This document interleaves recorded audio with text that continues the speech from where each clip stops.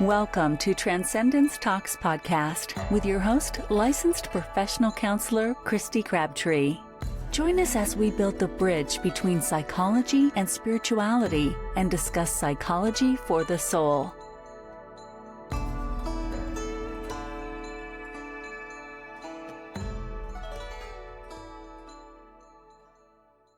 Hey everybody, welcome back to the show. Today we're diving into the evolving world of plant medicine, consciousness, and the intersection of law and visionary leadership. Our guest is David Mersky, who brings over 25 years of legal expertise as a New York licensed attorney and a bold entrepreneurial spirit as the CEO of Psychedelics since 2017. David has been at the forefront of the cannabis and supplement manufacturing industry, paving the way for Psychedelics' expansion into the world of plant medicine and conscious living. Under his leadership, the company launched Starwalker Cafe, a cutting-edge multimedia platform blending education, wellness, tourism, and curated plant medicine experiences. So now, David's sharing his personal journey through altered states and transformation on his new social media channel, The Maru Sky, where he explores the deep lessons learned through psychedelics and the pursuit of higher consciousness. I'm so excited for our conversation today. That's kind of where our lives, converged. So let's just dive right in. All right. Thank you for having me. Yeah. Thanks for being here today.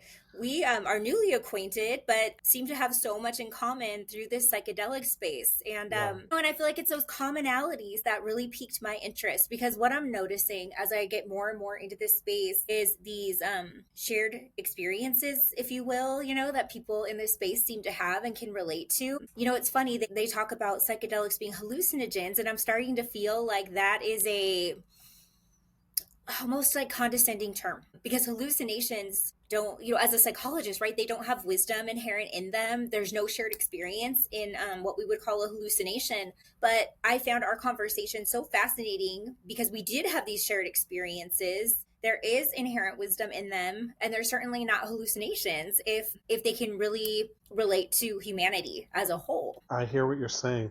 Mm-hmm.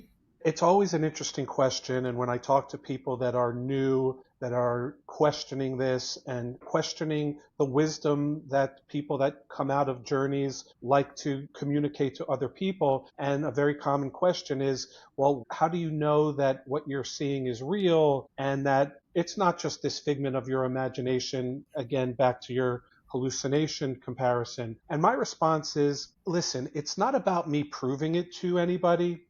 That's just an endless road that won't go anywhere ultimately. And what I like to focus on is, you can call it whatever you like, but what you can't really deny is the unbelievable positivity that results from these journeys and experiences, these things that I have helped communicate others to shepherd them onto this path and see the happiness that results after they've experienced these things for themselves. And so I say that that's really the only thing you really need to be concerned about, is that the changes that permanently affect your life in a positive way. Absolutely. That's so true. And I'm wondering if you feel comfortable sharing some of those experiences and how they shaped you. Because I think people, like you said, if they haven't experienced it, it's an ineffable experience, right? Which is the definition of spiritual experience. It's hard to put into our human words, but sometimes the outcomes are easier to translate. And so what does that look like for you personally? I've had so many different types of experiences, right? Somewhere I've encountered beings and entities, which is, I would say, not the most typical for me, but certainly has happened a number of times. I've had experiences where I just have these knowings, like kind of downloads, thoughts of just wisdom, pearls of wisdom, and things that you feel energetically, just kind of in your deepest parts of your soul. And so these things kind of manifest in different ways, and who knows exactly why, right? Right. So they're all kind of different. And one thing that I could summarize that really was very impactful to me was one of my early ayahuasca journeys. I was sat down next to a young lady. Everyone seems young to me now, like as I get up into this space, but she was a nice young woman. And I had only had a couple of experiences. And while we were talking before the ceremony, I said, well, how many have you had? And she said, I've had 45 ayahuasca journeys. Mm-hmm. So these things are all different for so many people. And, the goal isn't to have as many as you can, or that you're going to get more experience if you do more, because I always start by saying it's a calling, right? And I've had long times that go between my ayahuasca journeys and other psychedelic experiences. It's like when the timing is right and you feel right, it's good for you, and because the set and setting is so so important. Yes. But I asked her, like, out of these 45, are there themes, general themes that you could take, something that like a perspective that I just didn't have, not having near that kind of exposure to the medicine? And she said the similar thing. Look, they're all different.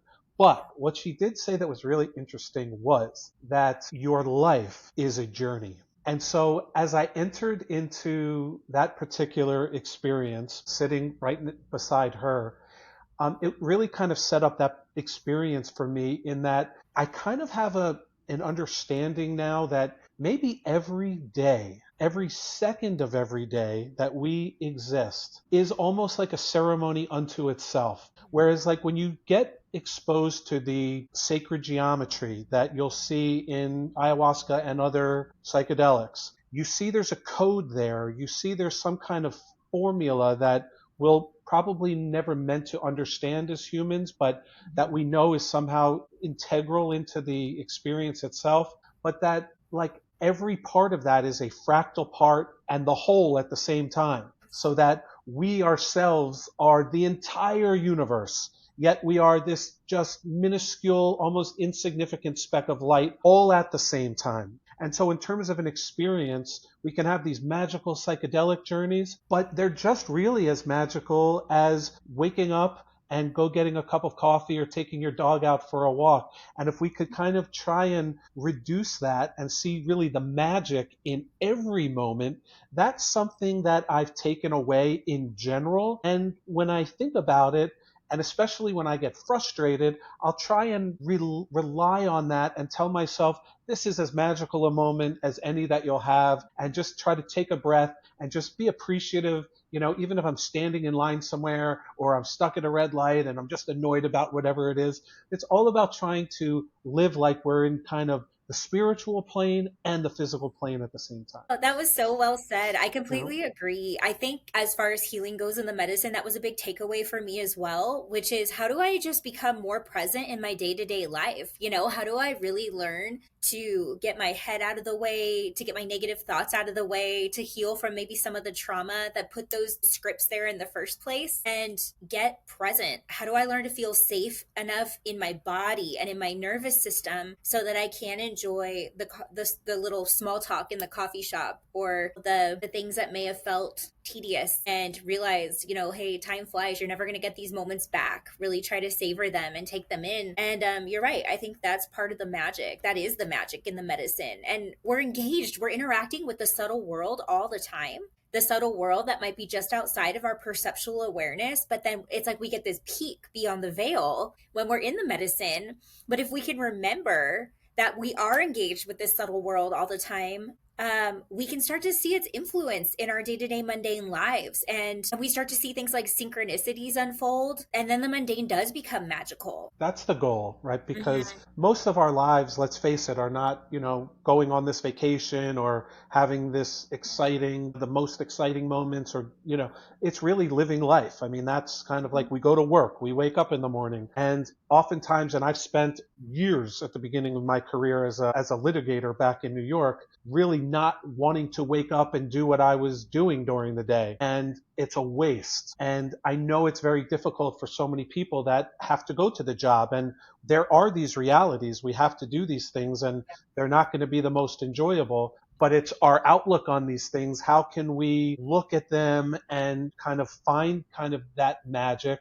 And sometimes I know it is hard to do. But so that's really the benefit in the integration process when you psychedelic experiences, because there is something out there. Mhm. And that the medicine has opened you to that experience. And then similarly, that when you come back into the 3D reality, that the other one that you just came from isn't lost. And you may not be able to perceive it, but you do have a permanent knowing now that it is there. And so just kind of knowing that, it allows you then to integrate and to kind of say, I know there's something around the corner there that I can't really see right now, and I think it's great, and I look forward to getting back there again, but it will give me the power to kind of recharge and get back into the kind of grind of what regular life is, and just be able to experience that in a little more of an expanded way. Absolutely. So let me ask you this, because Hmm. you mentioned I didn't look forward to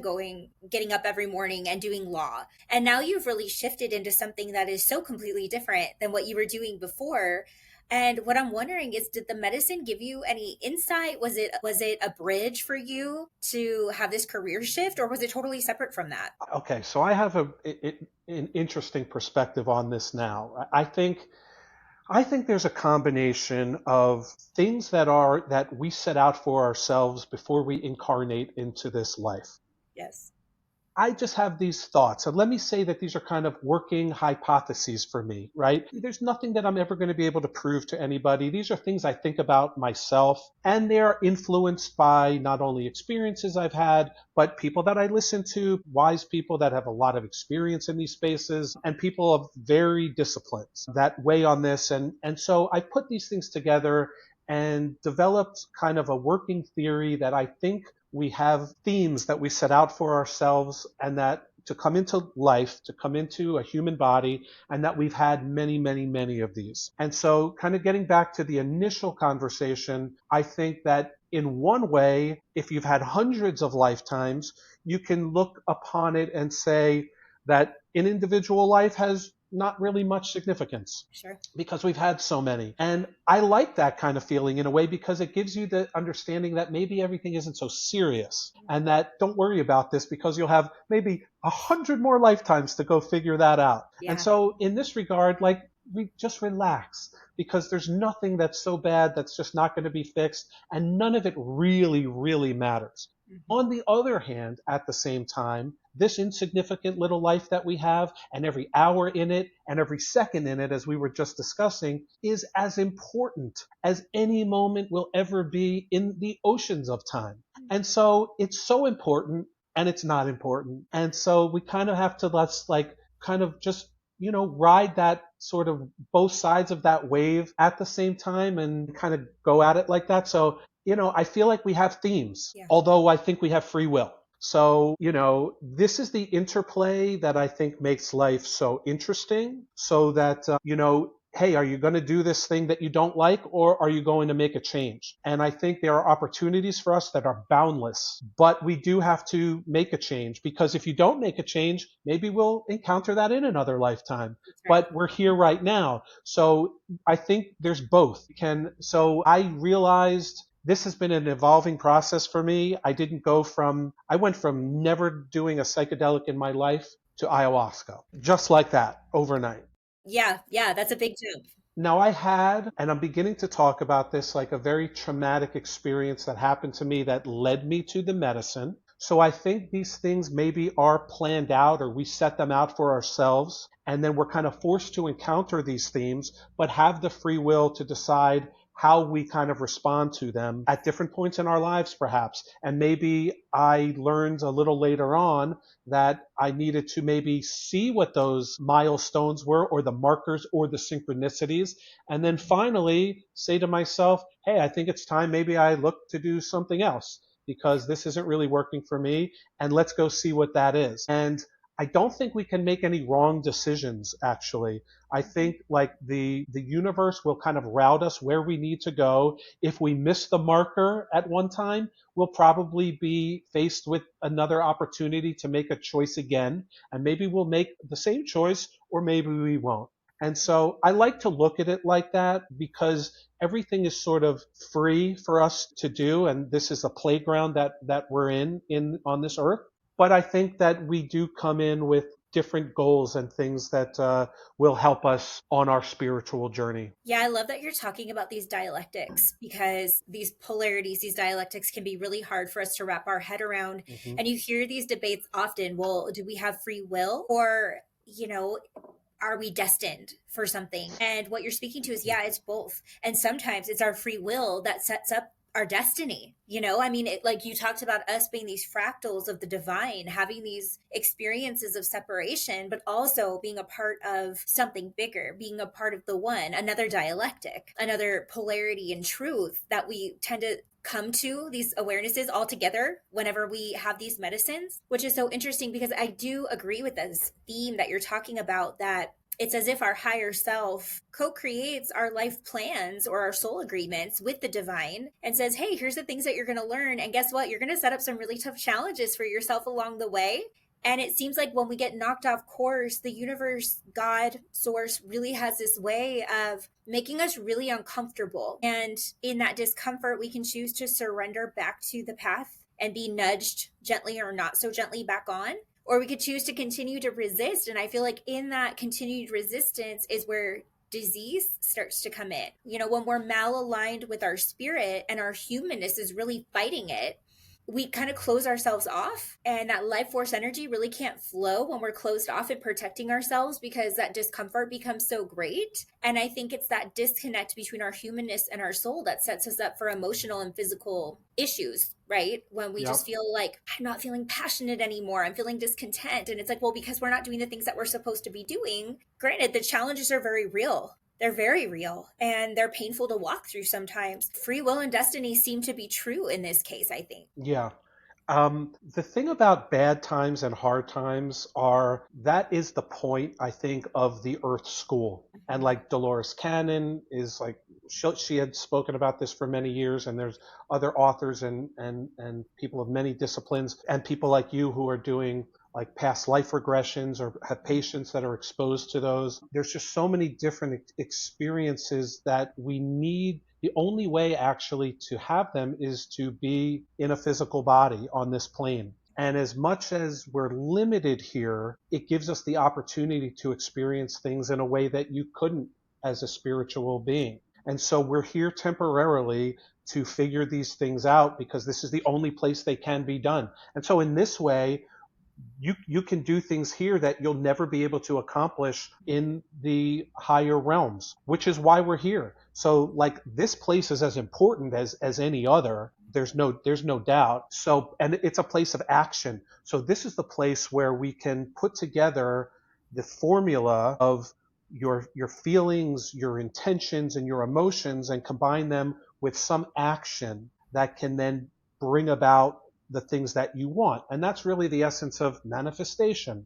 But it's not enough to sit there and just wish and hope for things. This is the place where you actually have to put your shoes on and go out and do something. However, the universe will start to work in ways that you won't perceive as your human self, and will incorporate the actions you're taking with your intentions to help manifest those things into this reality. So it's all about working together with all the different facets of existence. Absolutely. What a beautiful perspective. I want to go a little bit deeper. You mentioned something really poignant, and I feel like this has been my story too, is that the traumas that we experience that lead us to the medicine are often the very portals that really rebirth us into our true purpose and allow us to step into our more divinely aligned soul plan. I know that was the case for me, and whatever level you're comfortable kind of sharing how that led you back to that path, I'd love to hear a little bit. So I realized I had come through a devastating time personally that resulted from a major lawsuit, a major litigation, which was interesting as an attorney because I had never gotten to see that side of things when you're representing people. So it's really interesting as a lawyer. And the same thing would be as any kind of practitioner, if you're a medical doctor who becomes a patient, let's say. That can be a major, perspective change to be able to see kind of the duality of things like that. So I got to see from the other side what that was like. And this experience killed me in so many ways. Successfully emerged from this. I was sued for $79 million. Oh my gosh. Okay. I emerged from this after 6 years with not having to pay one penny, and all of the difficulties that I had to encounter in this were then gone. Nonetheless, what I had to experience and go through over 6 years devastated in business, devastated totally financially. I had seven figures, multi-million-dollar legal fees. These were things that threatened my family in every way you could imagine. And I was living basically in fight or flight every day. And people that go through this, and look, there are situations that I would never compare my kind of suffering to, obviously. Sure. I mean, people are held hostage right now in unthinkable situations. People have experienced sexual assaults. So I never want to compare anything that happened to me to being this was really bad or anything like that. And I advise other people not to do that, right?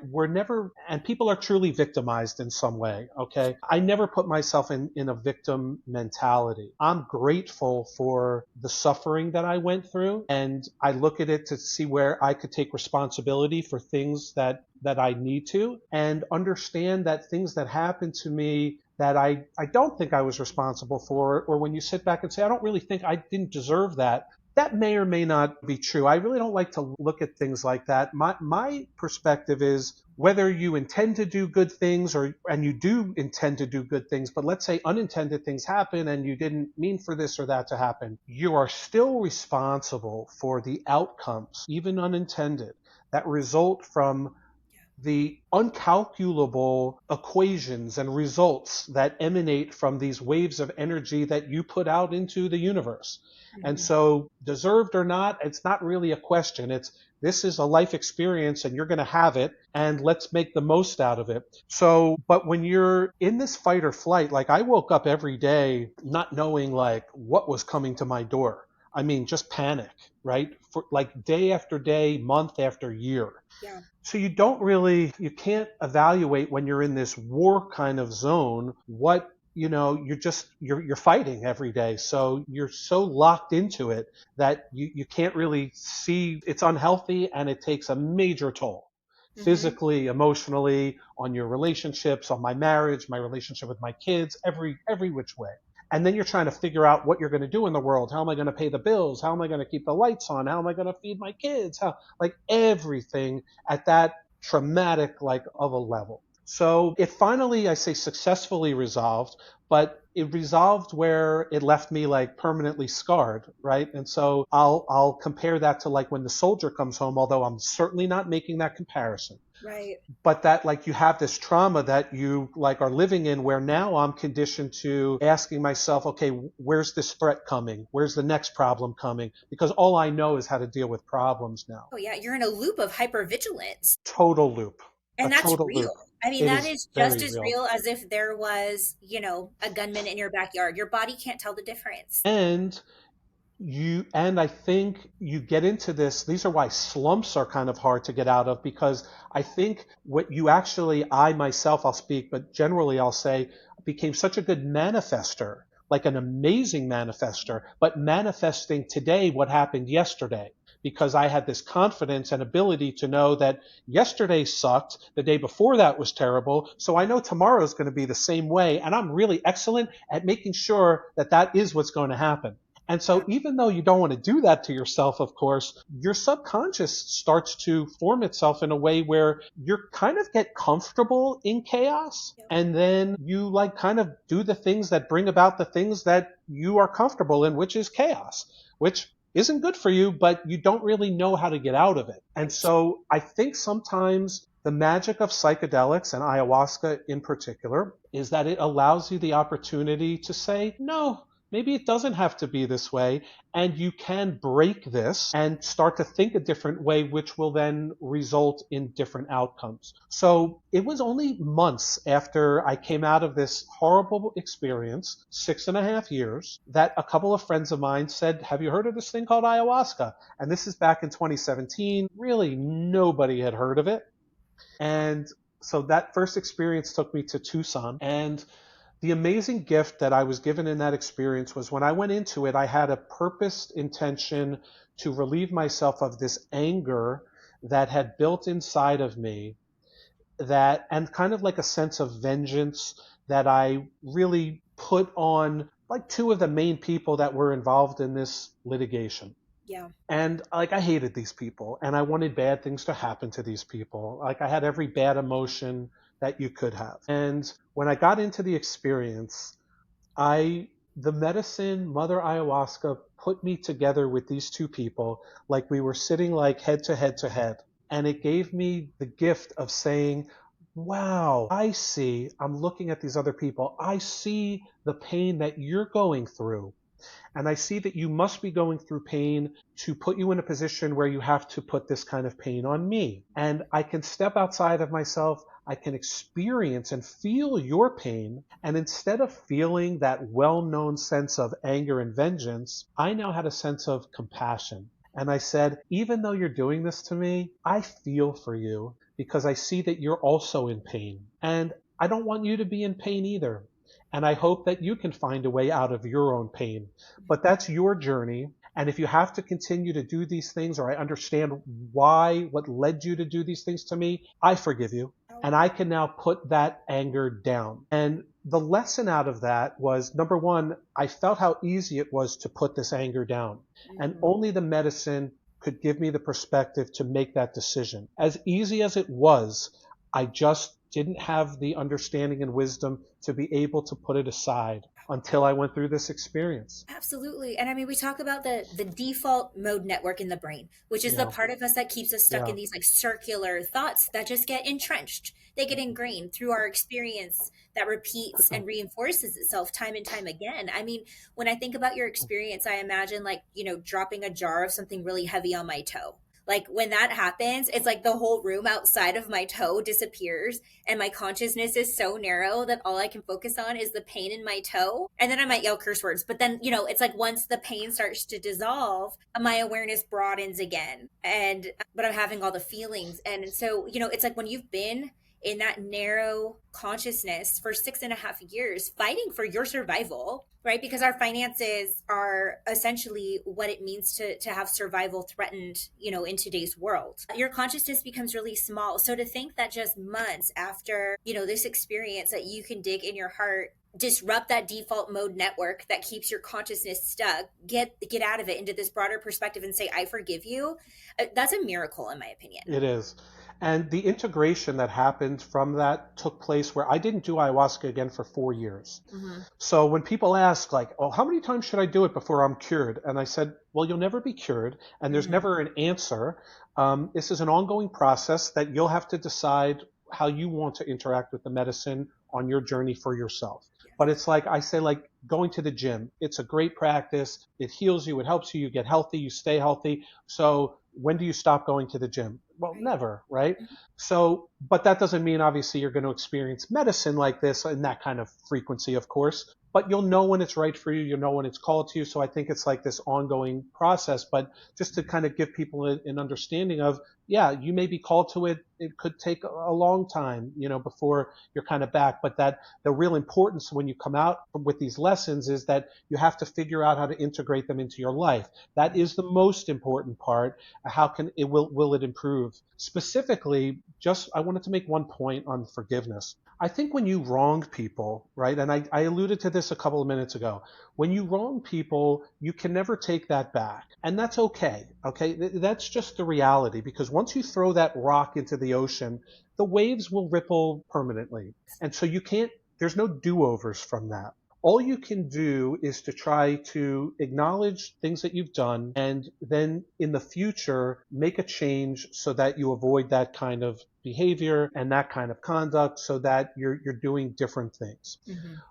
When it comes to forgiveness though, when you've wronged someone or if someone's wronged you, right, the forgiveness isn't to them. And this is like from my experience, because I'm not going to change them. I don't know what's in store in their life journey. What I do know is the vengeance aspect was not for me. That's not for me to be concerned with, right? The karma, a lot of different concepts will come to play here, is for that person on their journey, right? I've wronged people in my life. Other people have wronged me. Really, the focus needs to be on yourself. So when I said, I forgive you, what I was doing was forgiving, was allowing myself not to be burdened any longer with the pain that I felt from someone else's actions. That's a gift I gave to myself. Yes. So that's the ultimate thing, is we have this in our own control. No matter what anybody has done to us, they will kind of get what's coming to them. Don't worry about that. There is no outrunning like the karma. So that's not really for us to decide. And if we're focusing just on ourselves, how can we help ourselves? And that kind of weight of the anger, I realized, was just hurting me. So like, it's the old saying, like, if you're out for vengeance, dig two graves, because you're going to go in one too. And I just can't tell you that I needed the medicine, Mother Ayahuasca, to say, this person's a human too. And even though they hurt you, here's the other thing. You have to realize, this is what she told me, that they're part of you. You're part of them. And you're all part of the universe. You're all part of God. Whatever religious kind of interpretation you want to bring to that, we're all the same here. So when you can start to even realize that, and even just have a glimpse during the journey itself that, wait a minute, I do know what it's like to feel like that person is part of me. Now, when I come back, I may forget that. I may not tap into it the same way, but I know that I did feel that. And so these are the little gems that you take to be able to become human again and say, okay, but wait a minute, the person at the light, the person that's yelling at me, the person whatever, why are they just yelling at you for no reason? And instead of being angry, you say, they're going through something, obviously, because why are they mad at you and you didn't do anything? So feel a little bit compassion for them. Don't sidetrack yourself with the anger and then get kind of taken into that energy. You don't have to do that. You have control over yourself, but have this little bit of compassion, and then let's start to expand our understanding of what this consciousness is, what humanity is in general, and have that little bit of perspective, and that makes us happier. That's made me tremendously happy. And what a deep sense of freedom to know that I have sovereignty and autonomy over my own emotions, that they don't dictate and rule me. Yes, but I have the sovereignty in my body and the safety in my body. Yeah. I can forgive you, and I get to have boundaries around that. I get to say, hey, I forgive you. You're also not going to sit at my table. Correct. And I'm not going to waste my energy, because that's an inefficient use of your energy to channel it towards hoping that they have whatever experience. And instead, I'm kind of wondering, how did you then use, because that's a lot of energy. That's a lot of energy to spend over those 6 years in litigation, and then the anger. So it's like now you have this, well, I'm sure depletion after coming out of that you probably needed to recover from. That's not easy on the body, but once you recover from that, how do you channel that extra energy that's freed up now? Yeah, so that really started me on a path to consciousness exploration and wanting to continue to work not only with ayahuasca, but see what other medicines were out there, other psychedelic experiences that I wanted to expose myself to. And that evolved then over COVID, actually, was a very magical time for me, because it gave me two things. It gave me access to certain medicines that I hadn't had, and it gave me the opportunity that I think is a once in a lifetime opportunity for us that we probably, and hopefully in a lot of ways, will never have to face again. But the understanding that we all know now that time stopped, and effectively time did stop during a large part of the COVID, especially in the beginning, where we didn't have jobs anymore. We didn't have careers anymore. Nothing mattered anymore. We could just say, I have like a week right now where I could just shut the phone off and nothing is going to happen. So as horrible as COVID was in so many ways, it did give us this magical opportunity to be able to sit back and experience certain things. And so that's what I did. And so I had experiences with mushrooms, MDMA, LSD. I think that was primarily it at the time. Yeah. And I started to then have different experiences, see how certain things were in common, certain things that worked maybe a little better for me, and then expand my understanding of what this meaning of who I am, what am I, who am I, ultimately at a soul being level, what does that actually mean? And when I started to go back into these experiences, what was common, because as different as they all were, I recognized one common thread, which was that, okay, wait, I'm back here out of the body and I have this like freedom to be able just to fly and let this experience take me wherever and show me whatever I needed to learn and kind of recharge. And I have this understanding that I'm millions of years old. Like I go back as far as time goes back. Like I'm part of this whole big thing. I'm this little tiny component of it, which is true, right? But this whole wonderful thing, as grand as it is, as unexplainable as it is, as magnificent as it is, would not be the same, would not be what it is without me. Yeah. Right? And it's like, I am this whole thing, right? So it's such a wonderful, empowering thing that you are this wonderful soul and you're here to do great things. You're having this wonderful opportunity to be in a body. And so let's kind of explore and play with that and just be in gratitude, like as much as you can. And so again, like when things get really hard, I say to people, sit down and make a list of the wonderful things that you have right now. And that kind of takes you out of that victim mentality, that mindset, because you're worried about, oh my God, I got screwed over this, or I don't have that, or I didn't get this promotion, whatever it is. Tell me what you do have right now. I'm healthy, really. Let's start there, because people that have a horrible health experience, they've got one problem. You've got 1,000 problems, right? You can rattle them off and make a whole list. But when something like that hits you, you've got one. And would you trade your problems? I don't think so, right? So tell me what you're thankful for. Man, I have legs. I can walk today. You can walk? Wow. How about a person who can't walk? Can you be in gratitude for that for a second? That may seem like nothing, but it's a pretty big thing. What else do you have? Oh, I have this wonderful, spouse. I had this horrible experience. We kind of lost everything. We were so tested, but I had a spouse that stayed with me through the whole thing. Has your marriage been tested where you know that if something really bad happened, your spouse is going to stay with you through that?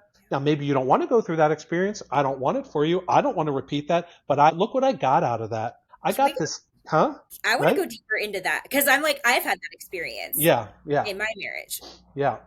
Oh my God. And what is on the other side of that deconstruction when the shit Yeah. hits the fan? Yeah. Is so beautiful, the rebirth, because it is a foundation that is like rock solid. Yeah. And so yeah, when you talk about gratitude, I know for me that's at the top of my gratitude list, is a husband who I've walked to hell with and back, and we came out stronger on the other side. It is the most spiritual experience I think you can have in a body.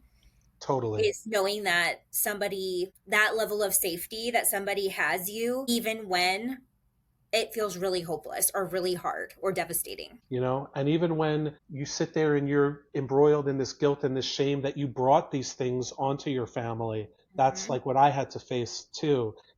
Like I feel so badly that I've done this, and yet here my wife is, and she's my rock, and she's there. And it's like, like when you wake up in the morning that someone has you, and you have this trust, it's such a special thing. And so I go back, I'm married for 30 years. I got married right out of college. So we were like kind of together almost as like kids, like literally late teenagers.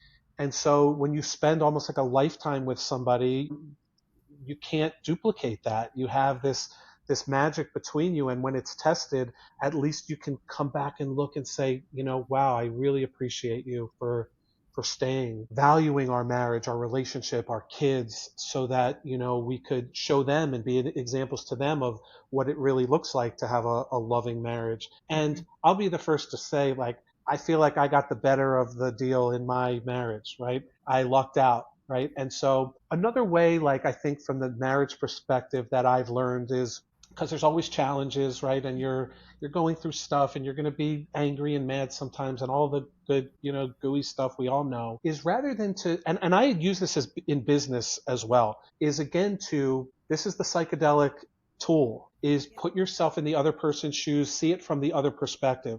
And so rather than approach the situation, let's say the marriage, from here's what I want, here are the things I want out of the relationship, here's what I don't think I'm getting. If I wake up and I'm concerned with, what does my wife want? What does my wife need? Let me put myself in the position of, let me wake up and forget about myself. I'm going to try and figure out what it is she needs and wants so that she can be happy. Let me commit myself to that. And if she in turn does the same thing, aren't we kind of getting to a similar, maybe the same result. But instead of me trying to negotiate for what I want, my concern is her. Her concern is mine. And we'll come to a place that's not only probably better than we would have if we tried to negotiate for ourselves, but the process of doing that is much happier too.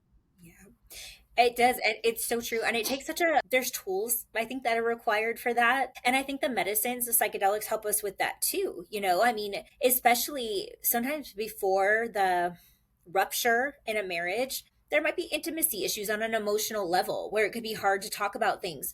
But some of these ruptures really put us into a place where we have to have the hard conversations by necessity because there's no choice now. And it cracks open emotional intimacy sometimes on such a deeper level, and you become conditioned to have these hard conversations, which makes what might my wife need or what might my husband need like so much easier.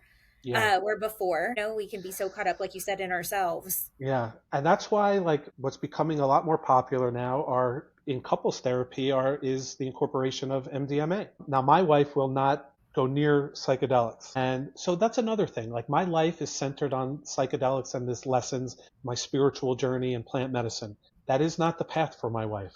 Right. That is okay. Like these experiences aren't meant for everybody and they're not meant for everybody at a certain time. So I never recommend these things because I feel like you're called to them. And if you're called, I'm here to bridge the gap for you in terms of, can you educate me a little bit? What is it going to be like? What can I expect? What can I take out of it? And so everybody's different, right? So we can all get there in different ways. But for those couples that are interested, I think like MDMA therapy is magical, like make leaps and bounds. And I don't mean to, of course, you're a therapist. In combination with traditional therapy, I think it's wonderful. Right? Yeah, I'm a MAPS trained therapist. Yeah. I've trained with Rick Doblin, his team with MAPS for MDMA, and it shuts down the amygdala, which is the fight, flight, fear response completely.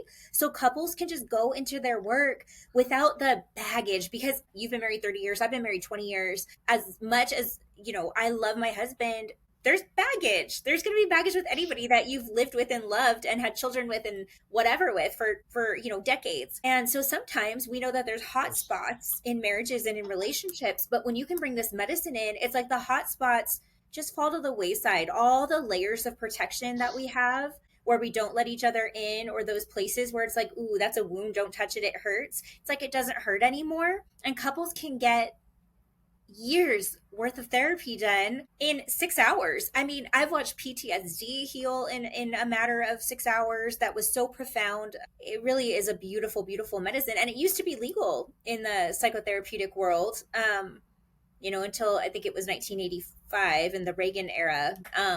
Yeah. So it's coming back though. I mean, here's what we can say for sure, that the road may be kind of slow and it's fragmented, but we are absolutely going in the right direction. We're not really fighting upstream anymore in this. It's just a matter of time. Of course, it's a matter of safety and public safety, and we should all be for that. In that regard, we have RFK Jr. now in Health and Human Services. Like that's going to be his personal experiences and family experience with psychedelics is encouraging. And the new nominee for Surgeon General is a really big plant medicine advocate, I think primarily from psilocybin, from mushrooms, and maybe more, but at least that in a really big way. I don't know what's going on with that nomination, but it's really interesting that we're seeing like leading medicine or physicians and people in the medical field starting to get behind it. In addition to the studies, clinicals, the stage 3 studies that are showing just unbelievable results with no toxicity. They're even doing like DMT studies now, keeping subjects under like immense doses of DMT through IV for like an hour or something. Yes, DMT is the X version, the extended, where people are able to like break through into these psychedelic realms. Because with traditional, like a 5-MeO, you get 10 minutes, right, to talk to these beings and have these experiences. But in these extended states, people are coming back with so much information. We're living in really exciting times, revolutionary times. I think that the medicines are, and that's why when we're talking about the term hallucinogens and when we refer to these things as drugs, and they are classified as drugs right now, these are Schedule 1 substances under the Controlled Substances Act, right? But I think that the labeling of these substances is purposeful too, and the connotation that we put on them by calling them drugs has accomplished this kind of fear about exploring them and what they can do. And the other part about that is there seems to be like a thinking that there's kind of a lesser than people that are looking like in the plant space that are looking to escape life or that don't have enough within themselves and are looking to an outside substance in order to kind of gain these understandings or salvation. And my response to that is, you need to eat food, right? You're not going to go far without food and water. So your physical being isn't enough on its own. And the plant medicines are as much a part of who we are, our existence, our spiritual existence. They're as important as eating food, right, for us, our sustenance. And we must nurture that part of ourselves at the same time, because we are this mixture, again, of the spiritual being in the physical body. Right. And so I constantly want to bring the messaging back to that. We are spiritual beings. Okay, so we must take care of that, and it's as important as the just basic physical components of ourselves. So we must take that into account. And that, by the way, that these entheogens were part of early religion, a lot of religions. And so my partner in Starwalker Cafe, William Henry from Ancient Aliens, we're trying to bridge the gap between, well, who are the aliens and what are they? How do they interact with us? Because we see them all the time, by the way, in psychedelic journeys. Yes. So they play a part here, and we know Egypt plays a big part here too. And so, there's just a lot more. There are questions that we need to ask here. And so we need to this is not about escaping. In fact, a lot of times I go into the journey process, it's a difficult, decision, and it's uncomfortable and it's threatening to the ego, and it's not so easy. It's not recreational. We may have phenomenal experiences, but I go into it with a tremendous amount of respect and really awe.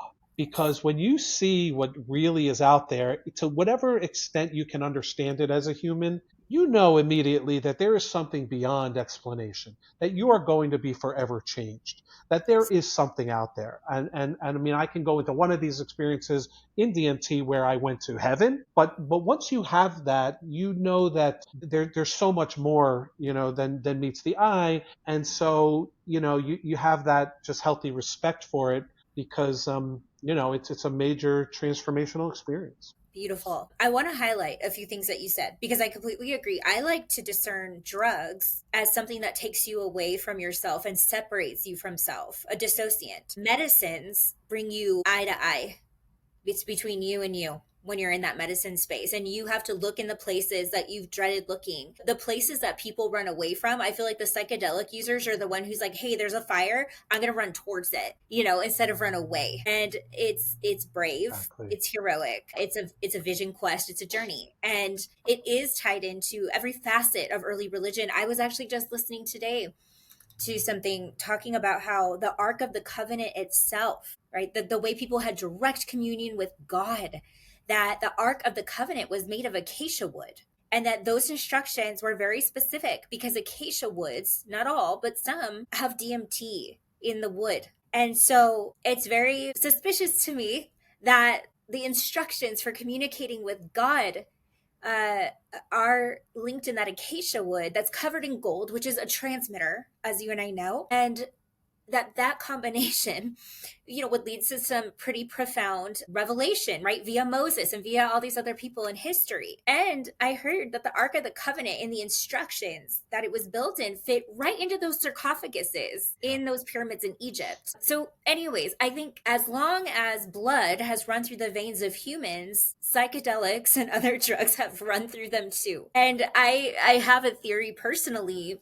that's part of our hidden history, because I think that if we knew the truth, if we knew that there's a way to have gnosis, personal experience with God, a way of direct knowing, that cuts out the church, it cuts out the middleman, it cuts out the governments, it cuts out the systems, because we would have that wisdom. We have gnosis. And right now, and for thousands of years, gnosis has been looked upon as dangerous. It's been gaslit. Those books have been burned. I mean, they were hidden, right? The Gnostic doctrines were hidden in Nag Hammadi.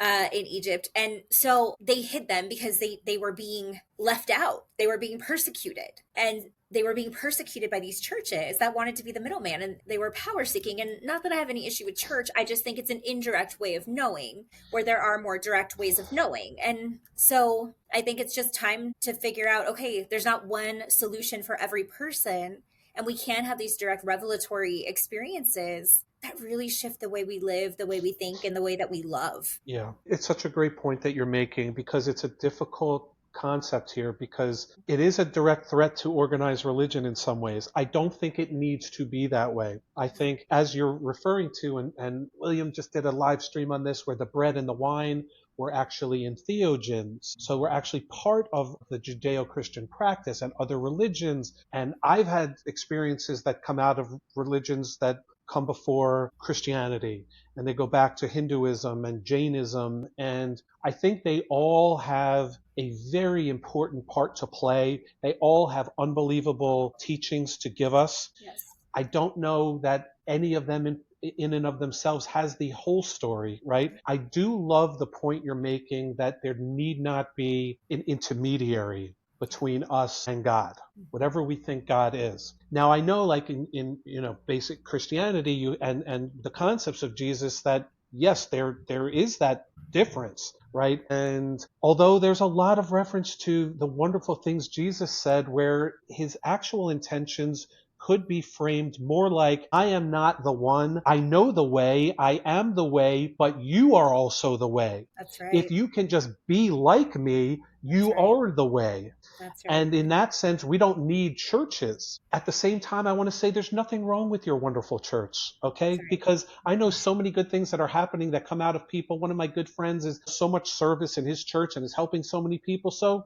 wonderful. Like that's terrific, right? So how do we kind of embody all of this together is kind of difficult, because the reality is, and you're referring to government, if people really had this en masse experience with psychedelics and the whole world did mushrooms today, tomorrow, Tuesday, would be a different world. That's right.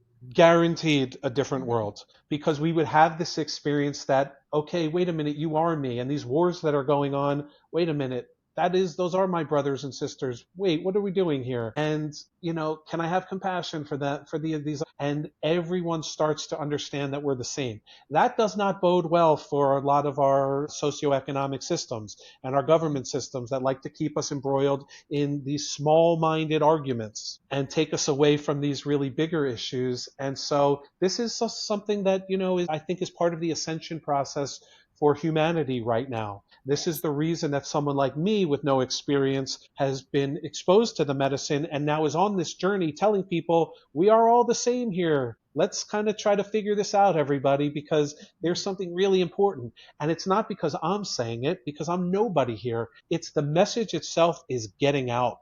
Someone explained to me recently that Mother Ayahuasca has decided to leave the jungle, and she's now making herself known to the mainstream.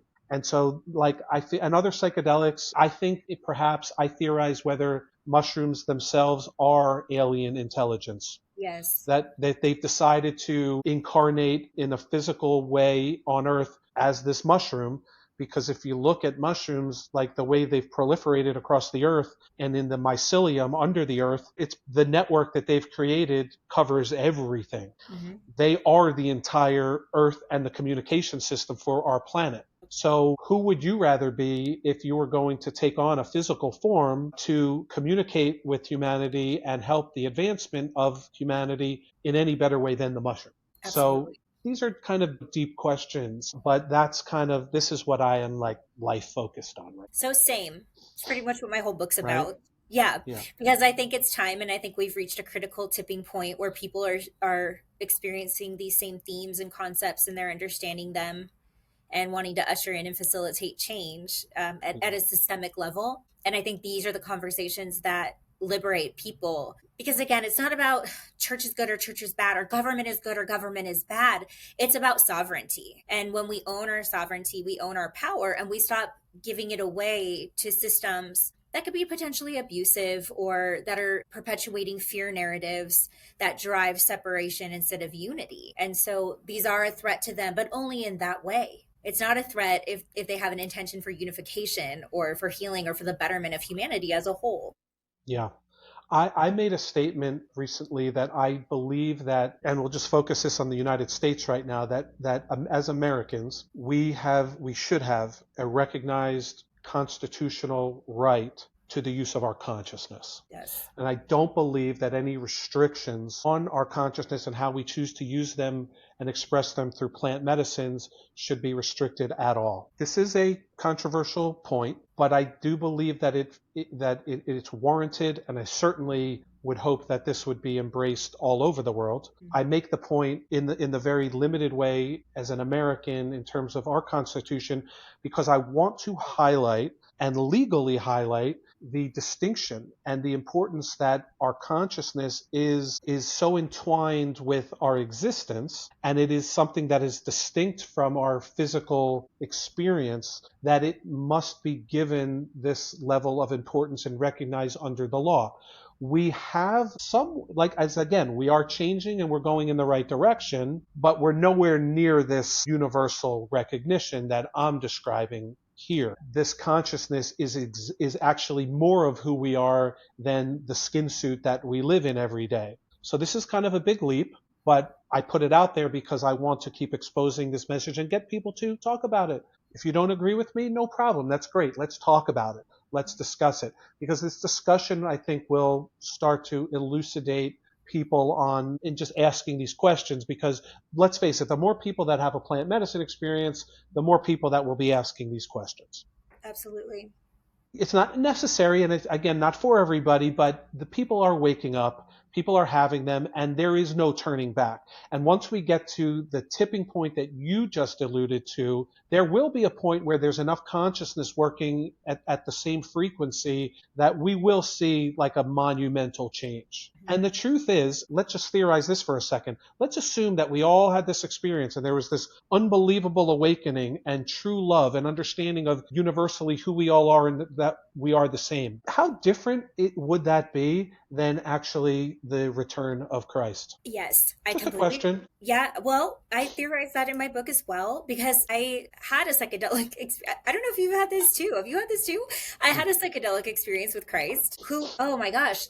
I get a little emotional talking about it, but I'm so glad Yeah. you're saying it because, this is something that feels important to me as well. And I'll be honest, I didn't have much of a relationship with Christ growing up because I didn't grow up in the Judeo-Christian belief system. My Yeah. parents didn't go to church. I never attended church. And so I just felt like, oh, well, I think his message has really been like relegated to Christians and kind of original sin and these concepts. So anyways, I've kind of avoided his message, but he came to me in direct experience and clarified a lot of that for me. And I saw this DNA strand that over his heart, and it was moving, it was spinning, and a Merkaba, and that light energy body, right? It was these triangles, and it was spinning, and that was the transmission. There was no words, but there was an understanding that when our DNA and our Merkabas are activated, that when we can travel into these other dimensions, especially the dimension of unity consciousness, like you said earlier today, Christ never said worship the church or worship me. He said be Christed, be me. And in my opinion of Christ, after having this very intimate experience with him, I have come to believe that he just wants us to embody as much of that God source energy within ourselves that we possibly can.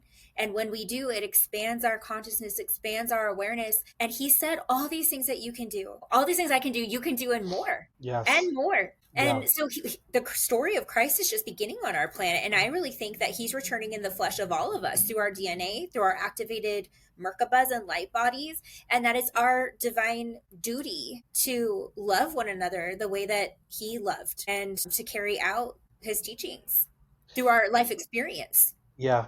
I mean, you couldn't have said it better. And so I don't want to confine this understanding to Christianity because it really pervades all religion at some part, right? And then like when you go back to the core of religion, we know that, well, Jesus was a Jewish rabbi, and then, we had these. So you start to ask yourself, and of course, Islam really was similarly born out of the same seeds, right? You have Isaac and you have Ishmael, but okay, so they went this way and that way, but they were brothers, and okay, so wait a minute, let's start to ask ourselves. So we all kind of started at the same place, and Yeah. then we kind of branched out a little bit. And then you ask yourself, well, the Bible really was a combination of books that were written over 1,500 years, maybe, if I'm not mistaken, and that certainly man had generations to get involved and figure out which books go in, which books go out, and what we're not going to teach anymore, and develop these certain practices and customs. And so again, like, yeah, this is the time for the return of this Christ consciousness, which can apply to like anything. Yes. I had an interesting experience in ayahuasca where during a very trying time in the journey, physically very taxing, where I had like the crap beat out of me. I felt like I was just like from one side to the other extreme. I was left kind of, this is really where I learned presence, where just like, it's like, we're going to take it out of you until you appreciate just being, right? Where like you have nothing but just being. And it was a magical experience. At the worst of it, at the height of it though, a vision came from very far back and then came right in front of me, and it was Adolf Hitler. Wow. Mm-hmm. I do not have a direct family that was in the Holocaust, so not in my direct lineage. So my takeaway from it, as I've tried to process this over the last couple of years, was I really don't know. But there's obviously something significant that binds us to generationally. Mm-hmm. And so these are very deep questions about multiple lifetimes, parallel lives, um, just questions beyond our understanding. Maybe I did resolve something at a level I'm not really aware of. Mm-hmm. But that like it extends beyond our sense of time and existence. And so whatever religion we come from, I think also part of our life journey is to experience what life is to be in every religion. What was it like to be a Hindu, a Muslim, a Christian, a Jew? What is it like to be a man, to be a woman, to have all kinds of physical incarnations that just span the gamut? And then how does that inform our soul about what it is to be alive and human and to have, all experience? So, and that's why there is no good, there is no bad, there is just experience. Because as a soul, wow, I've had these really, really difficult times. Well, wow, look how much fuller you are now as a soul because you have these understandings. So to skate through life with like nothing bad happening to you, which happens, right? I think there are explanations for that also that are deeper, but it does happen. But what do you really gain from that experience? I was born a rich kid. I never had to do anything, never did anything, never accomplished anything. You see a lot of unhappiness in people that have never suffered or had to have strived for anything because you get no growth out of it. You don't learn patience because in the timelessness of what I think reality actually is, you don't really have this wanting for things, and you can't learn lessons like patience. You have to come here. You got to be a person. You've got to get up and get on the bus every morning or whatever it is that you do and sweep the floors. And, you got to learn that. And you can only learn it by being incarnated and knowing what that is like to do 9 to 5, 9 to 5. But that's where the magic is because you can kind of learn those nuggets. So I know we've talked about we've gotten We off just on went around the tangents whole here. universe and back, We and I still did. feel like I have questions for you because, We sort of okay, did. there's two more things that feel so important to ask you. One of them is because I was thinking to myself, okay, if we're evolving, but we grow through pain and we grow through trauma, does that dichotomy, does that polarization still exist? And what I was shown in my vision was like this triangle. And, the base of a triangle is really broad, it's wide, and it gets more narrow as we get to the top. And there was like a line that showed like Earth's involvement, that like as we go up, there's still polarity, but the polarity is like more narrow. Because right now we're like this warmongering, fear-mongering, pretty violent species, and it's no wonder that extraterrestrials aren't communicating with us now because we're murdery and we're just gonna, we're downing their crafts and we're doing these things. And I was curious what your thoughts are about, ascension and what does that mean for Earth and these polarity shifts. And then I want to get into the ETs. Yeah. I mean, on the ascension question, I want to be the first to say I don't know, right? I don't think we're ever meant to be truly ascended because we're human, right? So no matter how much we figure out here, we are going to have this human limitation. Okay, so let's accept that. That's perfect. That's great. That's who we are temporarily, and we'll try to expand in that as much as we can, given the limitations that we're in. So I think it is more about understanding who we are together as a humanity and looking at the ascension as we're not going to get anywhere until it's all of us together. And so that's where we'll get to that tipping point where enough of us will kind of embody this, where the systems will break down. We're going to be looking out for our neighbor. We're going to be trying to make sure everyone else is taken care of. And then that's really where ascension comes from. So it's going to happen as the collective, I think, at a certain point. And so we just need to do what we can individually, and embrace it as much as we can without trying to figure it all out, right? I think the only thing that really exists is love. Like, it's as simple as that. If you can emanate more love for yourself, number one, which is very difficult, and everybody at the same time, just do that. That's kind of the Christ consciousness. That's the healing nature of the universe, and that's all we're kind of meant to do. And maybe we'll then get there where, yes, I think the earth is going through a transformation too. And we talk about the old earth and the new earth. You know, I don't, these are things that I wrestle with and I don't have answers for. No. You know, and you talked about the ripple earlier. Like, if we do somebody harm, there's a ripple and we can't stop it. But the opposite feels true too, where when you do that individual work, when you walk into the Maloka and you forgive and you embody more love and you share that with everybody you come in contact with, that ripple is just as impactful and just as real. You're totally, totally right. You're totally right. And I make a point of telling people, if you can't do anything for yourself, things are just really that bad, go do something for someone else. And there's like a movie clip that I'm actually working on this like content where, you know, someone's like, oh, can you help me? And this person says, look at what's happening in my life and this one and that one and this thing. Like, why do you think I want to help you? And I use that as the jumping off point to say that's exactly when you want to look out for somebody else, because it will be the thing that ultimately will help you, that will recenter you and will change the energy that is coming out of you. And if you're living in a state of lack or frustration, you are emanating this, and then you will continue to manifest this. So even when things are crappy, the best way to kind of break that cycle is, let me go help this person, because that just selflessness will automatically change your frequency. You are initially helping that person, yes, and the ripples of that will go out into infinity too.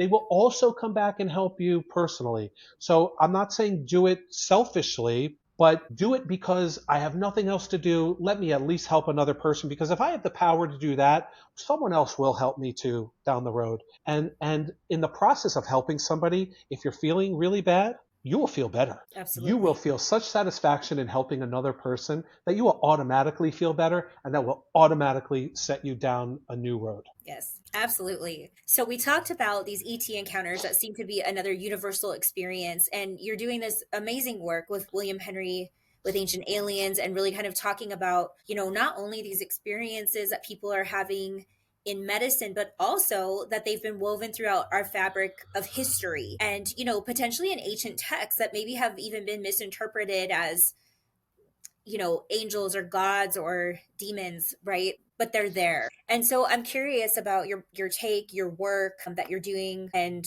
your thoughts on all that. The thoughts are so wide and varied. Egypt has just an untold part of our universal human history. We're exploring that. We don't know what this is. There's new discoveries going on at the pyramids. We're very quick, and William is, or not very quick, we're not very quick to make jump conclusions of what's actually going on and the impact of what these new discoveries are and what's being found under the pyramids.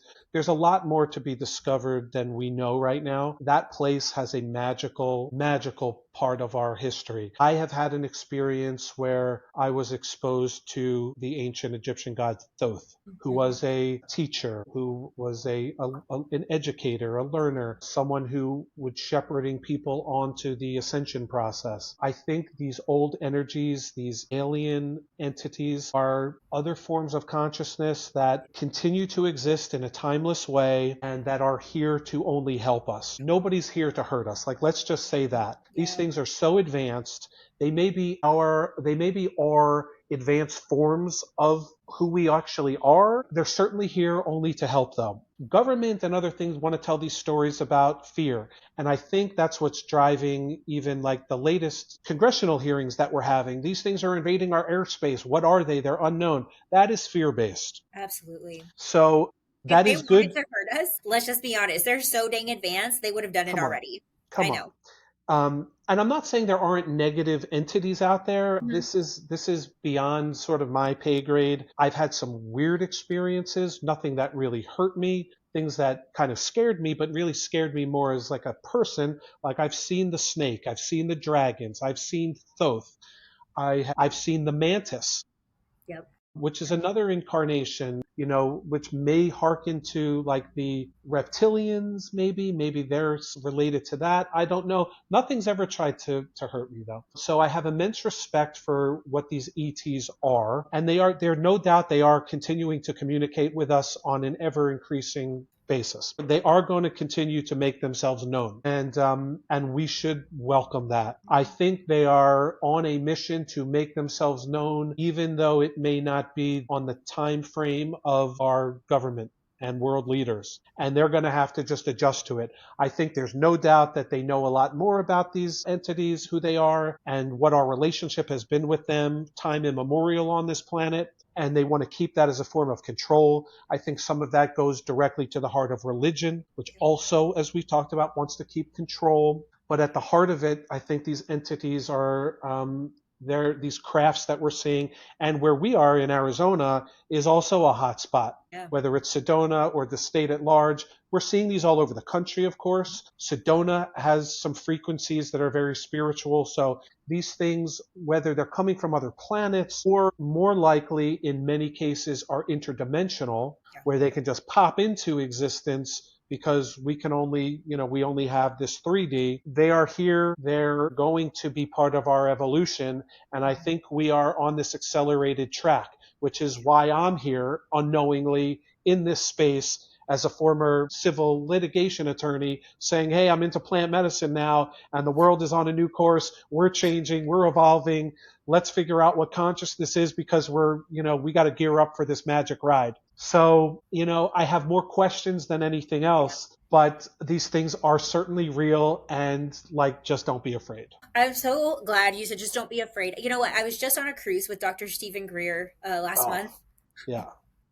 We saw so many crafts. I actually had an encounter with beautiful beings in my stateroom, of all things, and no medicine, right? There was no plant medicine in that. Yeah. But what I can say is Dr. Greer does such a beautiful job of reciting the puja in Sanskrit. It's a prayer in Sanskrit. And then we play these tones and do this meditation that changed this frequency of our consciousness, because it's in the raising of the consciousness that we can kind of go up to their level and they can meet us halfway and start to partially materialize. And we have these experiences with them. And I've also personally had experiences with them on medicine, but I find that the vibration of the medicine is so high, and it builds this bridge for me to elevate my consciousness to their level, at least temporarily, to have these experiences. And again, it's such a universal experience. And you brought up a good point. Although most of it's very loving, sometimes it can feel scary, because sometimes their presence can feel overwhelming, or there is like a tangible, palpable energy.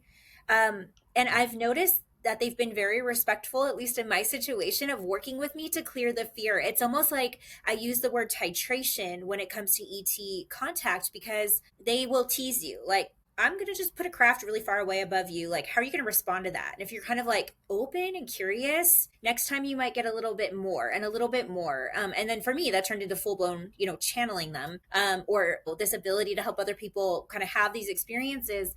But it didn't start that way. It was almost like, are you open, or are you going to close yourself off? And to me, that's a very loving act. For them to have this awareness that, hey, we're just human, we're just babies in our civilization and kind of scared. And so they tend to introduce themselves nicely. I've had experiences where they're kind of like, look, girl, like, clear the fear, because we need you. Like, we need you to write this book. We need you to do these things. We kind of have a job for you. So we're just going to like initiate you. That was Anubis for me. Like, when you talked about Thoth, that was Anubis. He was like, no, I'm pulling you into my labyrinth, and we're just going to get this out of the way. You're going to meet yourself. It's not going to be pretty, but I got you. It was Anubis. journey was for me. And that was my really intense, like scary experience that just took me into the underworld, made me face all my crap, and just birthed me into something. He cleared the fear from my system. And then after that, contact became second nature. But what a ride, you know? I think it's a practice, right? Because when I've encountered fear and had really good learning experiences, but like this was a DMT experience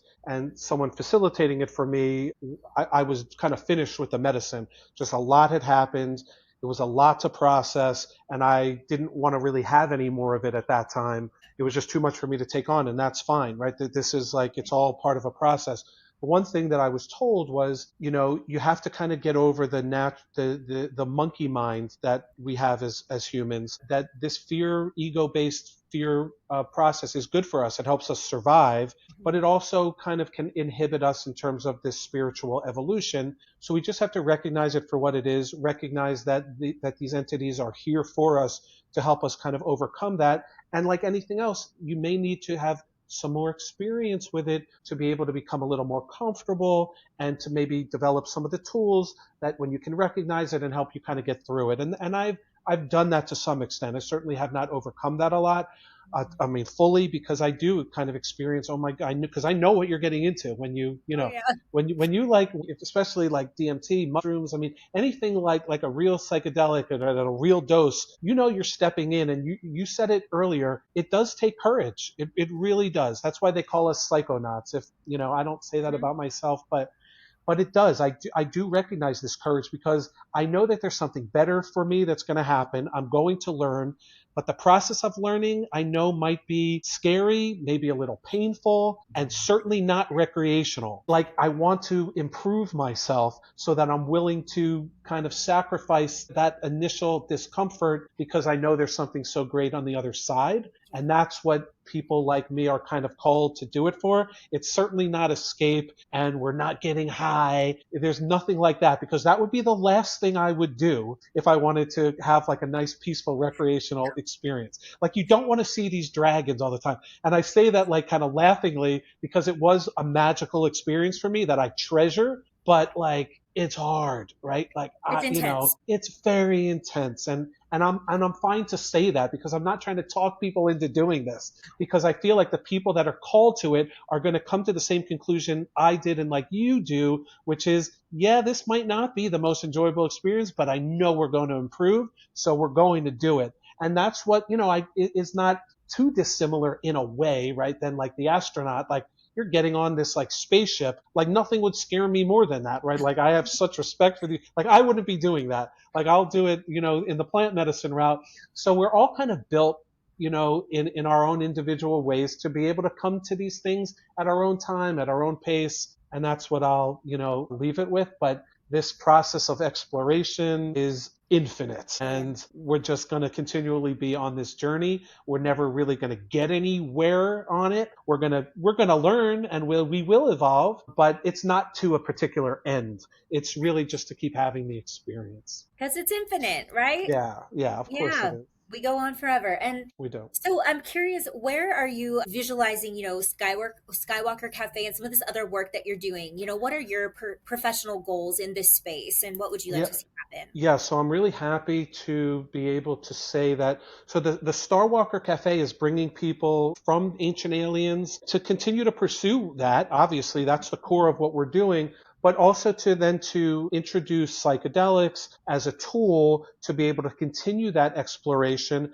especially with extraterrestrials and this alien phenomenon. That is a component of it. And there's a growing subset of people in the alien world that are turning to psychedelics as part of their exploration process. So we're helping to expand that. And then I'm really, really excited about starting to offer medicine journeys. And so our first one is going to be in Costa Rica, where mushrooms and ayahuasca are legal. And we're going to be bringing that type of experience, much like William does now on his tours, like in Egypt and France. but without medicine. And so we'll be introducing medicine to this for the first time. And that I have a new relationship we've established with Billy Carson, who's also someone who's really big in the consciousness space. And he does a lot of places around the world too, but also new into plant medicine. He had a wonderful ketamine experience not too long ago where he talks about how that really helped him overcome some trauma. So I'm trying to kind of be that bridge and start to offer these journey experiences to people.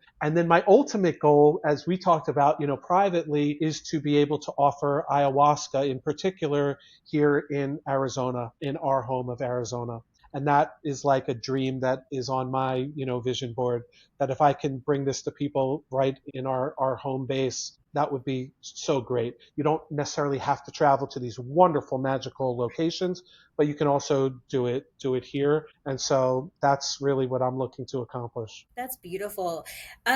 David, if people wanted to find out more about some of these offerings, how would they find you or reach out to you? Yeah, go to the Starwalker Cafe, send us a message, or if you're really interested in learning about these experiences general, please go to my channel, because I'm trying to get out to people that are trying to hear what it's like, the nuts and bolts of these experiences, from someone like me who maybe is less threatening, who's got a little older. I'm talking maybe to my older people out here who are saying, I know there's something out there for me. I'm trying to figure that out. I'm really scared, and am I too old to start this process? No, you're not. So my channel is the Meru Sky, Meru.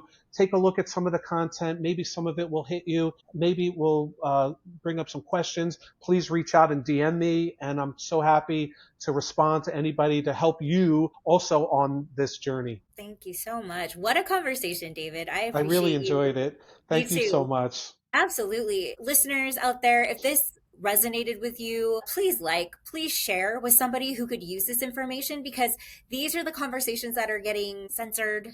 These are the conversations that the internet is not pushing out. So we need your help with that. So if this conversation touched you at all, please like it, please share it, please subscribe. So everybody have a great day, and we will see you next time.